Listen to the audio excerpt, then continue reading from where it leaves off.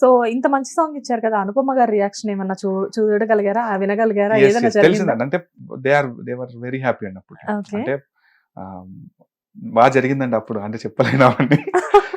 ఏదైనా ఒక appreciate moment చేశారు ఫుల్‌గా. ఎలా అప్రిషియేట్ చేశారు? అప్రిషియేట్ చేశారు అంతే. అంటే నాకు తెలుసు, బట్ చూసే వాళ్ళకి కూడా తెలియాలి కదా, మీరు చెప్తే మేము చాలా హ్యాపీగా అంటే ఫీల్ అవుతాం. చప్పట్లు కొట్టి షేక్ హ్యాండ్ ఇచ్చారు అంతే. అంతేనా? అంతే. హగ్ వరకు వెళ్ళిందని నో నో తెలిసింది. అదేం లేదు. అదేం లేదు.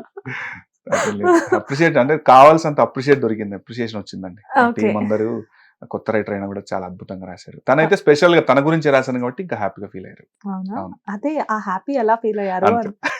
అక్కడ వరకు ఇంకేం లేదు. అంటే అనుపమ గారు అనేసరికి ఆటోమేటిక్ గా అబ్బాయిలందరికీ చాలా క్రేజ్ ఉంటది. Yeah. సో అలాంటి క్రేజీ హీరోయిన్, ఇలాంటి క్రేజీ లిరిక్ రైటర్, ఈ నేను కాంబినేషన్ అప్పటికి గురించి క్రేజీ తెలుసుకోవాలి. కాలేదు. ఇప్పుడైతే క్రేజీ లిరిక్ రైటరే కదా. అప్పుడు కాలేదు. బట్ అంటే నాకు కావాల్సిన అప్రిషియేషన్ దొరికిందండి. ఎక్సలెంట్ గా రాశారు. ఓకే. ఆ పాట వింటుంటే నాకే చాలా అందంగా అనిపించింది. ఓకే. అంటే చాలా అప్పటికి నాకు అసలు ఇప్పటికంటే 10 ఏళ్ల ముందు అది జరిగింది. ఎస్. Yeah.